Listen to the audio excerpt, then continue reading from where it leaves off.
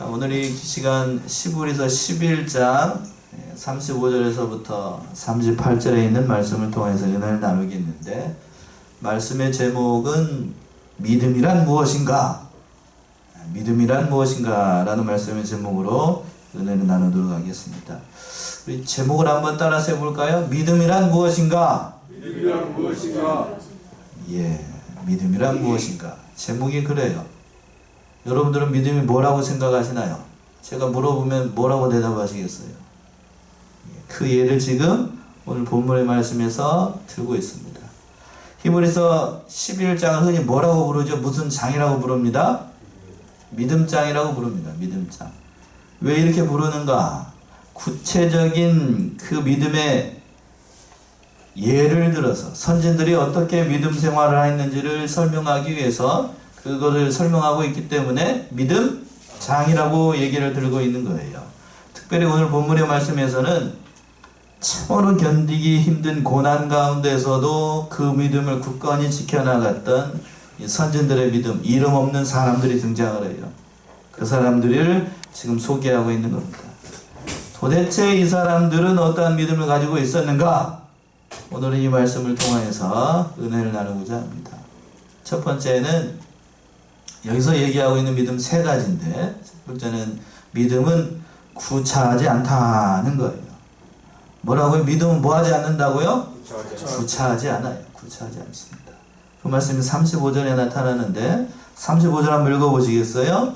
여자들은 자기의 죽은 자를 부활로 받기도 하며, 또 어떤 이들은 더 좋은 부활을 얻고자 하여 악정을 받되 구차히 면하지 아니하였으며. 하반절에서 그랬어요. 악평을 받되 구차히 면하지 아니하였다 라고 이렇게 얘기를 하고 있는데, 구차히 면하지 않았던 그 신앙을 가지기 위해서 어떠한 신앙을 가지고 있는가? 35절에는 두 가지를 얘기를 하고 있어요. 상반절에서 있는 것처럼 여자들은 자기의 죽은 자를 뭘로 받기도 했다고요? 부활로 받기도 했다. 그러니까 여자들은 부활의 신앙을 가지고 있었다고 하는 거예요. 특별히 오늘 본문의 말씀에서 여자라고 얘기했어요. 남자가 아니라 누구라고요? 힘센 남자가 아니고 연약한 여자가 무슨 신앙을 가지고 있었는가? 부활의 신앙을 가지고 있었어요. 여기 본문에서 얘기하고 있는 여자들이라고 하는 것은 성경에 나와 있는 것으로 생각하면 두 명의 여자들이에요. 열왕기에 나타나 있는 사립다 가부하고 수넴 여자를 얘기하고 있는 것처럼 보여요. 우리 여러분들이 아시는 것처럼 사립다 가부는 하나밖에 없는 아들이 죽었을 때에 엘리야 선지자가 기도를 하자 그 아들이 어떻게 됐어요? 살아나는 것을, 그 은혜를 경험을 했습니다. 그 얘기를 하는 거고, 또 두 번째 여자는 수넴 여자도 늦지막히 그 아들 하나를 얻었는데 그 아들이 죽자 엘리사라고, 이번에는 엘리사 선지자예요. 엘리사 선지자가 기도를 하자, 간절히 기도하자 그 아들이 어떻게 됐어요? 또 살아나는 은혜를 경험하게 됐습니다. 즉 이 여자들은 이 은혜를 체험하게 되자 그들은 말할 수 없는 기쁨과 함께 그들의 마음 가운데 무슨 신앙을 갖게 됐냐면 부활의 신앙을 갖게 된 거예요. 하나님께서 이 두 아들을 살려주신 이유가 뭔가? 믿는 자들은 이와 같이 살아난다는 뭐를 보여주기 위해서, 부활의 신앙을 표징으로 보여주기 위해서 이 두 아들을 살려주신 거예요. 이 여자들은 그러니까 자기 아들, 육신의 아들이 살아난 것뿐만 아니고 하나님을 믿는 자들은 누구든지 주 안에서 이렇게 부활의 소망을 가지고 살아갈 수 있다는 것을 보여주기 위해서 하나님께서 이와 같은 일을 하신 겁니다. 그러니까 우리가 이 사실을 깨달아야 돼요. 부활의 신앙, 그만큼 중요합니다. 이들이 부활의 신앙을 갖고 있었기 때문에 35절에서 보시게 되면 이 부활의 신앙, 이러한 신앙은, 이러한 믿음은 우리를 구차하게 만들지 않아요. 그렇겠죠? 죽어도 살아나는 소망이 있으니까 이 세상에서 구차하게 내 목숨 때문에 믿음 팔아먹지 않는다라고 하는 거예요. 그래서 하반절에서 그랬잖아요. 또 어떤 이들은 더 좋은 부활을 얻고자 하여 악행을 받되 구차히 면하지 아니하였으며, 어떤 이들은 더 좋은 부활을 얻고자 하였다. 여기서 더 좋은 부활이라고 하는 것은 예수님께서 재림하실 때에 죽은 모든 성도들이 살아나는 그 부활을 얘기하는 거예요. 그 부활을 바라보고 그 믿음을 바라먹지 않고 그 악형을 받되 차라리 내가 죽을지언정 그 믿음을 변함없이 지켜나갔다고 하는 거예요. 참 우리 믿음의 선진들의 믿음을 보게 되면 지금 우리가 이 믿음 생활하는 것은 거기에 견줄 바가 되지 못해요. 예. 보세요. 뭐라고 그랬냐면 그 중반절에서 보시면 하반절에서 보시면 더 좋은 부활을 얻고자 하여 뭘 받았다고요? 악형을 받되 라고 되어 있는데 여기서 악형을 받는다는 말을 여러분들 한번 주목을 하셔야 되는데 여기서 말하는 악형이라고 하는 것은 형벌 가운데 한 가지인데 우리식으로 얘기하면 능지처참하고 비슷해요. 혹시 능지처참이 뭔지 아셔요? 우리 앞에 저기 집사님들 죄인이 반역죄를 지거나 그 반란죄를 지게 되면 사지를 형틀에다가 다 묶죠? 예. 머리, 팔, 다리 다 묶어요. 그러고 난 다음에 양쪽 끝에서 뭐가 달려요? 말이 다릅니다. 예. 말이나 소가 다릅니다. 그렇게 되면 그 가운데 있는 사람 어떻게 돼요? 찢어지는 예. 사지 찢어져요. 찢어져서 죽습니다. 이것은 그런 악형과 비슷한 건데 다 형틀에다가 묶어놓고 난 다음에 여기다 더 잔인한 건 뭐냐면 묶고는 그 자료마다 마디마디가 있을 거 아니야? 팔, 다리, 머리, 어깨 거기를 다 이 쇠창살로 다 찢어요. 찍어 피가 철철 나잖아요. 그럼 멀쩡한 데는 어디밖에 없죠 이제? 이 몸뚱아리밖에 없잖아요. 몸뚱아리를 푹을 들고 와가지고 가슴과 배를 막 때려요. 어떻게 되겠어요 사람이? 피가 튀기면서 사방이 다 찢어져 죽는 것. 그 형이 뭐냐면 여기서 말하는 악형이에요. 악형. 차라리 악형을 받되 믿음을 팔아먹지 않았다라고 하는 겁니다. 그런데 이 악형을 면할 수 있는, 피할 수 있는 방법이 한 가지가 있었어요. 그 방법이 뭘 것 같아요? 예, 그건 바로 예수를 믿는 것을 만천하에 모든 사람들 앞에서 부인하고 배반하고 진리를 포기하면 살려줬답니다. 즉 신앙을 포기하는 값으로 그 고문을 받지 않고 살아날 수가 있었다라고 하는 거예요. 그럼 여러분 한번 물어봅시다. 여러분이 이런 죄를 져가지고 내가 예수를 믿는다는 것 때문에 이 악형을 받게 됐어요. 그러면 악형을 안 받으려고 그 신앙 양보하고 예수 믿는 나는 예수 안 믿어요. 난 예수 안 믿어요. 목숨이 중요하니까 그렇게 할래요? 아니면 차라리 악형을 받으실래요? 이렇게 조용해져요? 어떻게 하실래요? 차라리 악형을 받겠어요? 아니면 구차하게 계시 난 믿음 팔아먹고 목숨이 중요하니까 열악히 살게 했습니다. 뭐처럼? 그렇게 사시길래 어느 쪽을 선택을 하실래요? 여러분 같으면 장담할 수는 없지만 아마 몰라 살 거예요. 여러분들은 죽으려는 게 아니고 아마 장담할 수는 없지만 살려고 바둥바둥 애를 쓸 겁니다. 참 그때 당시에도 마찬가지야. 이때도 마찬가지고 성경에서는 이 예를 들고 있는데 우리나라 역사에서도 이런 일들이 많이 있었죠.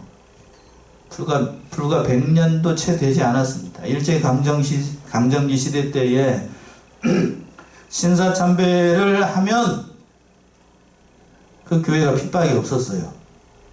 신사참배를 딱 하고 절하고 딱 하면 교회가 평안했습니다. 근데 신사참배를 반대하면 목사님부터 시작을 해가지고 성도들이 온갖 고생이라는 고생은 다 하고 한국에 있는 교회로부터 질타를 당하고 너만 왜 유독 그렇게 해가지고 우리를 이렇게 못살게 구느냐. 믿지 않는 사람들이 핍박을 한 게 아니고 그때 당시에는 뭐 하는 사람들이 더 핍박을 했냐면 믿는 사람이 핍박을 했습니다. 모르는 사람이 예수를 핍박한 게 아니고 예수를 믿는 사람을 핍박을 했어요. 기가 막힌 일을 당한 거예요. 기가 막힌 일을 당했어요. 누구요? 세상 사람들이 믿는 사람들 핍박하면 아이 저 사람들 하나님 모르니까 당연한 일이다 라고 생각을 하겠지만 그러나 그때는 어떤 사람이 있느냐면 예수를 믿는 사람이 누구를? 믿는 사람을 핍박하는 시대였다고요. 이 앞에서 강조했는데 믿는 사람인지 안 믿는 사람인지 그건 하나님이 판단하는 일인 것 같고 참 그때는 그랬어요. 또 공산당이 들어왔을 때 6.25 시대 때도 마찬가지지요. 예수 믿는 것 부인하면 살려주고 믿는다라고 얘기하면 총살이었습니다. 그랬죠? 예, 그랬습니다. 그 상황이 되면 우리는 뭐를 선택을 할 것인가? 그냥 그들은 이 성경에 나와 있는 이 사람들, 그리고 우리의 믿음의 선진들은 차라리 죽을지언정 그 믿음 변치 않았습니다. 성경에 나온 대표적인 예가 다니엘과 그리고 3명의 친구들이지요. 다니엘의 3명의 친구들은 어땠어요?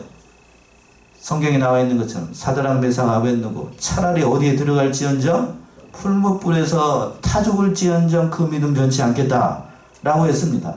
그랬더니 풀무불에 들어갔더니 다니엘의 3명의 친구들이 타 죽었지요? 홀라당 타 죽었어요? 아니요, 머리털 하나도 손상되지 않았습니다. 다니엘도 마찬가지예요. 기도하게 되면 사자굴에 들어가서 사자밥이 된다는 것이 분명히 있었습니다. 그럼에도 불구하고 구차하게 자기의 목숨을 구걸하지 않고 어디에 들어갔어요? 사자굴에 들어갔어요. 그랬더니 다니엘 사자굴에 들어갔더니 사자가 아이고 맛있겠다고 냠냠 먹었죠? 그런가요? 아니요. 오히려 자기를 고소했던 그 사람들이 땅바닥에 발이 닿기도 전에 사자가 확 낚아채가지고 다니엘과 3명의 친구들 핍박했던 사람들 다 잡아먹어버렸잖아요. 그 얘기 지금 하반절에 있는 것처럼 35절 하반절 맨 끝에 절에 있는 것은 뭐라고 얘기를 했어요? 구차히 면하지 아니하였으며. 이게 중요한 것 같아요. 하나님을 위해서 진리를 위해서 구차하게 자기의 목숨을 연명하려고 하지 않았다라고 하는 거예요. 이게 오늘날 21세기를 살아가고 있는 저와 여러분들에게 주는 하나님의 믿음. 히브리서 11장이 얘기하고 싶어하는 가장 중요한 말씀이 이거예요. 구차하게 믿음 팔아먹지 말고 그 믿음의 길을 걸어가라 라는 말씀이에요. 히브리서 11장을 흔히 믿음의 장이라고 얘기해가지고 복받는 믿음으로만 생각하고 있는데 여러분들은 그게 아니에요. 맨 마지막 11장 35절에서부터 38절 40절까지 보게 되면 그런 말씀을 얘기하고 있는 게 아니라고 하는 거예요. 이게 기독교인으로서의 믿음이라는 것이 무엇이고 우리가 이 세상에서 기독교인으로 살아간다는 것이 무엇인지를 확실하게 설명하는 말씀이 아니겠어요? 아멘이신가요? 예, 숙연해지지요? 우리는 그런 믿음으로 살아가지 않기 때문이에요. 예수님께서도 마찬가지였습니다. 제자들에게 이렇게 말씀하셨어요. 아무든지 나를 따라오려거든 누구를 부인하고 자기를 부인하고 또 자기 십자가를 지고 나를 쫓을 것이니라 라고 얘기했습니다. 그러니까 누구든지 예수님의 제자가 되고자 하는 자들은 자기를 부인해야 되고 자기 십자가를 지고 주와 복음을 위해서 고난받을 각오를 해야 그 믿음의 길을 걸어갈 수 있다라고 얘기하셨습니다. 예수님께서는 결코 이 세상에서 나를 믿으면 편하고 잘되고 형통하고 순탄한 길이 열리고 그런 허울 좋은 약속으로 제자들을 세상 말로 꼬신 게 아니라고 하는 거예요. 많은 오늘날 성도들이 착각하고 있는 게 뭐냐면 여러분들도 마찬가지 예수 믿으면 잘 될 것이다. 복 받는다. 물론 궁극적으로 복을 받아요. 궁극적으로 복을 받는다고. 그러나 예수 믿는 것 때문에 우리에게 당하는 어려움들이 분명히 있을 수 있다는 거예요. 그걸 얘기를 하고 있는 겁니다. 오늘날 저와 여러분들도 마찬가지예요. 예수를 믿는다라고 하는 것은 예수님의 길을 따라간다라고 하는 것은 예수님의 제자가 된다라고 하는 것은 뭐 받을 각오를 하는 거냐면 고난받은 각오를 하는 거예요. 고난받을 각오. 더 거룩하게 얘기를 한다면 뭐를 지를 각오를 십자가를 지를 각오를 하고 예수님의 뒤를 따라가는 거예요. 그 제자들은 이렇게 예수님께서 얘기를 하자 예수님을 떠나지 않았습니다. 그래서 뭐라고 그랬냐면 사도라고 부른 거예요. 사도라고. 저와 여러분들만 다 마찬가지 아니겠습니까? 예수를 믿는다고 하는 게 뭐예요? 이 세상에서 잘 되기만 하려고 배가 남산만하게 나와가지고 다른 사람들이 부러워할 정도로 그냥 부와 명예를 건세 누리고 그냥 이 세상에서 떵떵거리면서 사는 거, 그게 믿음일까요? 그게 아니라고요. 그게 아니에요. 그게 믿음이 아니라고 설명을 하고 있는 거예요. 그렇게 사는 거는 구차하게 사는 거라니까. 구차하게 사는 거. 그러니까 베드로 사도는 이렇게 얘기를 하는 거예요. 너희가 세상 살아갈 동안에 어려운 일을 만난 거, 괴로운 일을 만나는 걸 이상하게 여기지 말라. 사도 베드로가 그렇게 얘기를 했습니다. 그랬죠. 베드로전서 4장 12절 13절.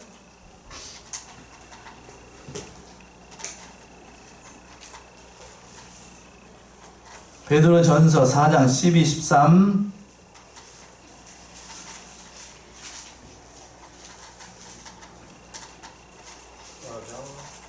12절 13절.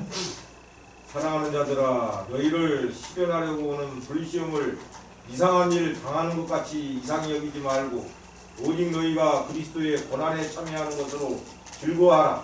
이는 그의 영광을 나타내실 때 너희로 즐거워하고 기뻐하게 하려 함이라. 예. 사랑하는 자들아, 너희를 시련하려고 오는 불시험을 이상한 일 당한 것 같이 어떻게 여기지 말라고요? 이상하게 여기지 말고.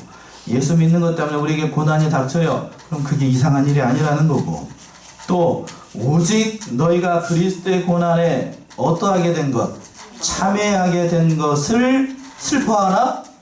즐거워하라. 여러분 즐거우신가요? 예, 억지로 지금 아멘을 하고 있어요. 억지로. 예, 목사님 보고 있으니까 억지로 아멘을 하는데 저 자동문 열고 나가는 순간 나는 아멘 아니에요. 나는 복만 받는 인생이 되고 싶습니다. 그런가요?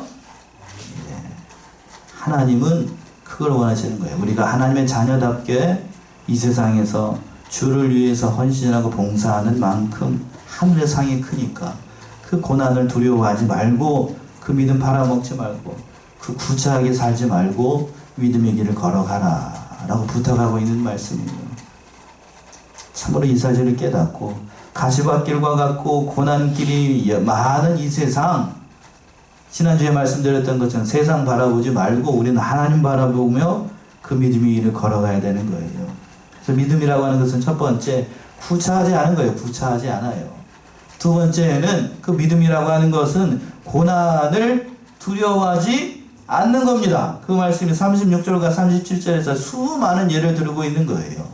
36절 먼저 한번 읽어보세요. 36절. 또 어떤 이들은 희롱과 채찍질 뿐 아니라 결박과 옥에 갇히는 시험도 받았으며. 예. 고난을 두려워하지 않으니까 어떤 사람들은, 어떤 이들은 희롱과 채찍질 뿐 아니라 환난과 핍박을 받을 때에 진리를 지키려고 했던 이 순교자들이 멸시를 당하고, 희롱이라는 말은 조롱의 그 아주 강도 높은 조롱이지요. 여러분들 요즘 당하는 그런 조롱, 믿지 않는 자들이 믿는 자들, 에이 저것들 그냥 정신난 것들 이렇게 하는 거, 그게 희롱이에요. 희롱. 그리고 또 믿음을 가지지 않은 사람들이 이 조롱하고 채찍질하는 거, 이 말할 수 없는 그 어려움을 당하는 걸 얘기해. 인격적인 모독을 얘기하는 거예요. 인격적인 모독. 이러한 인격적인 모독을 받았던 대표적인 선지자가 바로 예레미야 선지자죠. 예레미야. 눈물의 선지자라고 일컬어지는 예레미야. 너무나도 극한의 고통을 당했습니다. 얼마나 힘들고 괴로웠으면 이 선지자직 그만두겠습니다 할 정도로 극한 어려움을 당했던 것이 예레미야 선지자죠. 사도 바울 역시도 네가 그 많은 그것 때문에 미쳤다라는 소리를 들었고, 또 매도 수없이 맞았고, 그 주와 복음을 위해서 헌신했던 사도 바울이 그런 지형에 대했던 거예요. 예수님도 마찬가지지요. 예수님도 창조주이심에도 불구하고 그 피조물로부터 멸시와 조롱을 당하시고 결국에는 어디에서 죽으셔요? 십자가에서 죽습니다. 창조주가 십자가에서 죽어요. 오죽이나 능력이 없었으면 창조주가 십자가에서 죽지요? 그런가요? 아니죠. 저와 여러분들을 어떻게 하기 위해서? 살리기 위해서 죽임을 당하신 거예요. 죽으신 거고, 또 하반절에 있는 것처럼 결박과 옥에 갇히는 시험도 받으며, 예수를 믿는 것 때문에 결박을 당하고, 예수를 믿는 것 때문에 옥에 갇히고, 예수를 믿는 것 때문에 시험을 당합니다. 이러한 인생으로 살아가는 것 참 견디기 힘든 일일 거예요.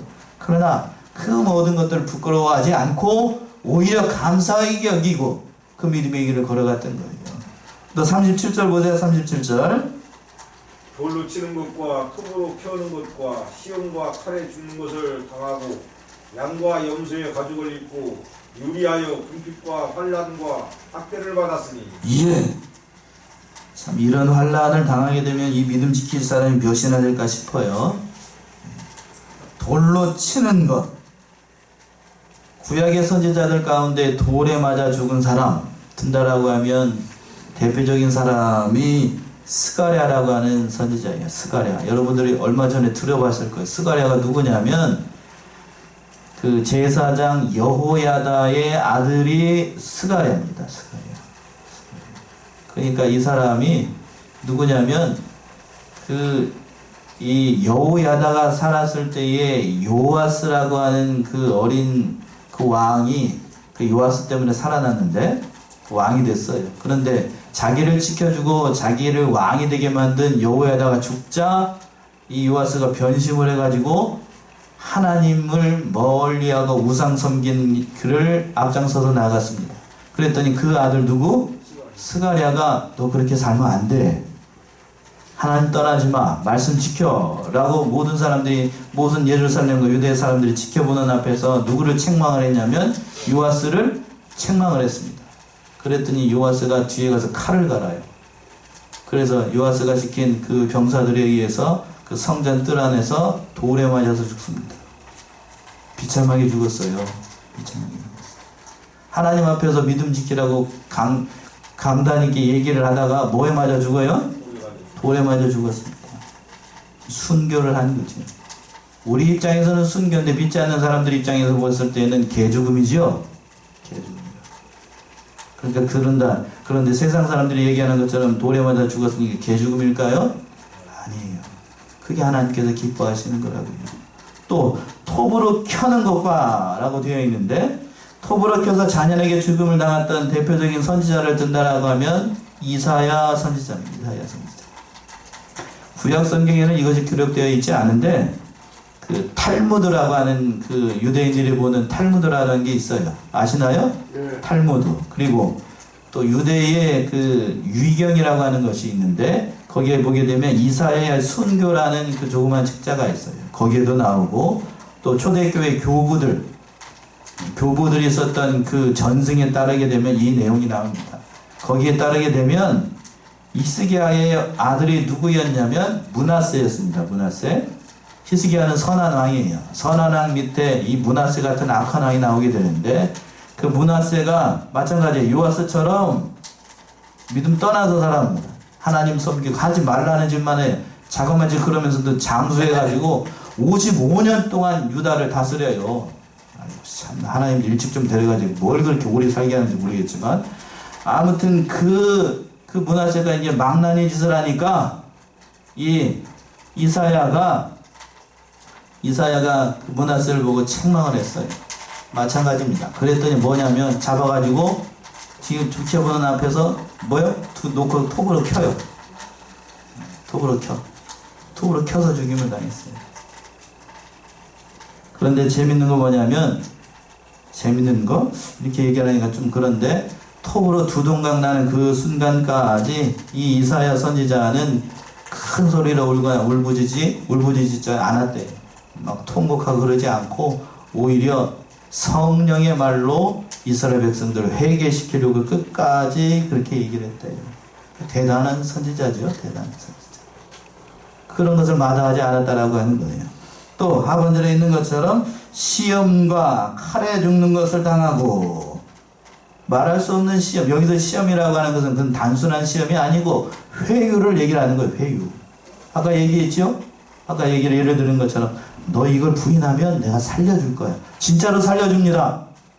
진짜로 살려줘요. 앞에 샘플로 엄마 아빠가 자기가 철떡까지 믿었던 엄마 아빠가 나는 예수 안 믿습니다. 나는 하나님 믿지 않습니다. 라고 얘기를 했더니 진짜로 살려줘. 그러면 그 아들 딸들이 엄마가 보는 거 보고 엄마가 하는 거 보고 그 믿음을 부인할까요? 아니면 믿음을 끝까지 지킬까요? 지키는 아들 딸들도 있지만 지키지 않는 사람들이 많겠지요. 그걸 회유라고 얘기를 해요. 회유. 시험이라는 믿고 얘기를 하고 있는데 또 진짜로 칼에 죽임을 당하고 수많은 사람들이 죽었어요. 또 양과 염소의 가죽을 입고 유리하며 궁핍과 환난과 학대를 받았으니 차라리 내가 예수 믿는 것 때문에 어려움 당하고 궁핍한 생활을 갈고 이 세상에서 잘 되지 않는다 할지라도 예수 믿는 것 팔아먹지 않고 믿음의 길을 걸어가겠다라고 얘기를 하는 거예요. 이렇게 얘기를 했더니 주일학교 시절에 이렇게 얘기하는 사람들이 있더라고요. 양과 염소의 가죽으로 옷을 입고 라고 되어 있으니까 뭘로 지금 무슨 옷을 입고 사는 거죠? 지금 양가죽 옷을 입고 또 염소 가죽으로 옷을 입었으니까 가죽은 입었잖아요. 그러니까 잘 사는 걸 얘기하는 거죠? 그런 거예요? 그런 거 아니지요? 구차하게 살았다고 하는 거예요. 구차하게 살았다. 그때 당시에는 가죽 옷을 입는다고 해서 지금처럼 뭐 이렇게 옷을 잘 만드는 시대가 아니고 그냥 가죽 벗겨가지고 껍데기 벗겨가지고 그냥 이렇게 거지처럼 입고 다니는 걸 얘기를 하는 거예요. 그걸 마다하지 않았다라고 하는 겁니다. 왜 그렇다라고 하면 이들이 이렇게 끝까지 믿음의 길, 신앙의 정절을 지키고 그 믿음의 길을 걸어가는가? 고난을 두려워하지 않았어요. 고난을 두려워하지 않았습니다. 그래서 예수님께서도 마태복음 5장에서 보게 되면 이런 일을 당하는 것을 기뻐하라. 이것이 복된 일이라 라고 얘기를 했습니다. 마태복음 5장이요. 5장 11절 12절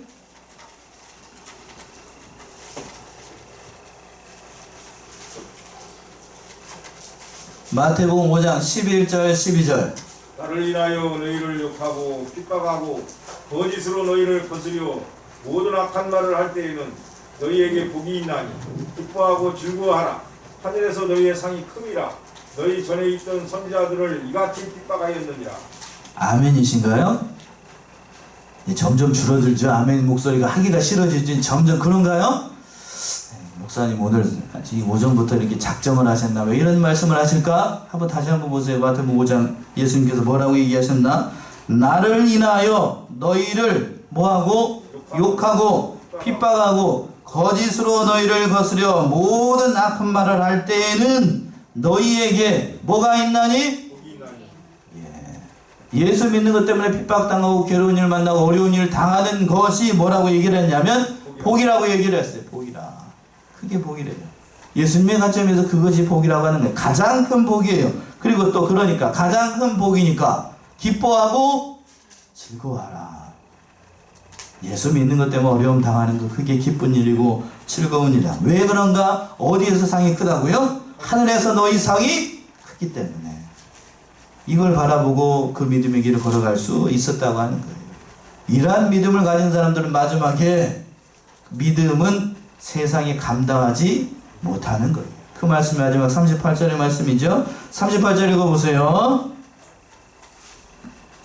이런 이 사람은 세상이 감당치 못하도다. 저희가 광야와 산중과 암열과 소물에 유리하였느니라. 예. 이런 사람은 어디가 감당하지 못한대요? 세상이 감당하지 못합니다. 진실로 그랬겠지요.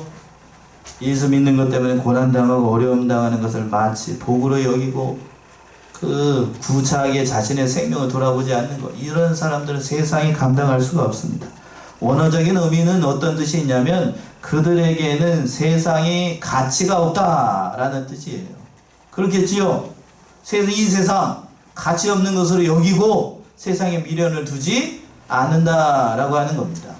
그랬더니 이렇게 얘기를 했을 때 어떤 사람들은 이렇게 이해하는 사람들이 있어요. 현재 기독교인들 가운데 세상에 가치가 없는 것인가 하니까 세상을 사랑하지 않으니까 세상에서 내가 마땅히 사람으로서 해야 될 모든 일들도 다 등한시하고 오직 뭐만 하는 것? 믿는 일을 하는 것. 믿는 일이라고 했더니 교회 생활하는 것만이 다 믿는 일 하는 것으로 생각을 합니다.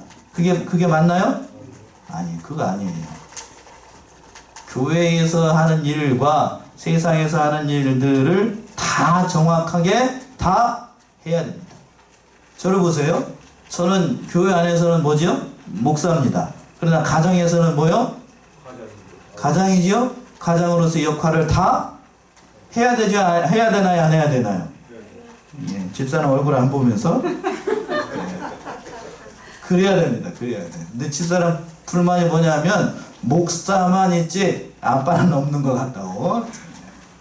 그렇게 살면 안 돼요. 여러분들도 마찬가지예요. 여러분들도. 교회 안에서 집사의 명부만 있고 권사의 이름만 있고 집 밖에 나가면 교회 밖으로 나가면 엄마 아빠의 모습이 없다라고 하면 그거 잘못 믿는 거예요. 참으로 중요한 게 그 모습이에요. 균형을 갖춰야 됩니다. 균형을 갖춰야 돼요. 이거를 생각하고 세상에서의 모든 권리, 의무 이런 것들을 다 해야 기독교인으로서의 역할을 하는 거예요. 기독교인. 그런 사람을 뭐라고 얘기를 하냐면 38절에 이런 사람 어디가 감당하지 못해요? 세상이 감당 못해요. 세상이 감당 못해요. 오늘날 이런 사람이 없으니까 이 세상에서 빛이 나지 못하고 이 세상이 부패하게 되고 어려운 일을 당하고 괴로운 일들이 많은 거 아니겠습니까? 현재의 한국에 이런 어려움들을 당하는 것, 특별히 교회가 어려움을 당하는 이유가 뭘까? 이런 믿음을 가진 사람들이 많기 때문에요? 적기 때문에 그렇지, 적기 때문에. 그러니까 교회가 어려움 당하는 이유가 뭘까? 각성시키기 위해서 회개하고 믿음으로 바로 서는 사람들이 많이 일어나도록 하기 위해서 하나님께서 우리에게 은혜로 주신 줄로 알아야 되겠어요. 그래서 이제 하반절에 있는 것처럼 저희가 광야와 산중과 암결과 토굴에 유리하였느니라. 세상의 가치를 두지 않기 때문에 어디에 소망을 두고 천국에 소망을 두고 살아가고 있기 때문에 이 세상에서 비록 자기를 위해서 유익한 것을 남겨두지 않는다라고 하는 거예요. 광야에서 살고 산중에서 살고 암열에 살고 토굴에서 유리한다는 얘기는 세상에 미련을 두지 않는다고 하는 거예요. 그렇다고 해서 모든 의무를 다하지 않는다는 얘기가 아니고 세상에 가치를 두지 않는다는 거예요. 믿음을 지키기 위해서 우리가 부차하게 이런 것을 세상에 자기를 위해서 자기 몸뚱아리를 위해서 이런 일들 하지 않는다라고 하는 얘기입니다. 그래서 사도 바울이 빌립보서에서 그랬지요. 가장 고상한 지식 예수를 위해서 이 세상의 모든 것들을 뭐와 같이 여긴다라고 했냐면 분토와 같이 여긴다라고 얘기했습니다. 마지막 우리 한 군절 찾아보고 오늘 말씀 마칠까요? 빌립보서 3장 8절에서부터 9절.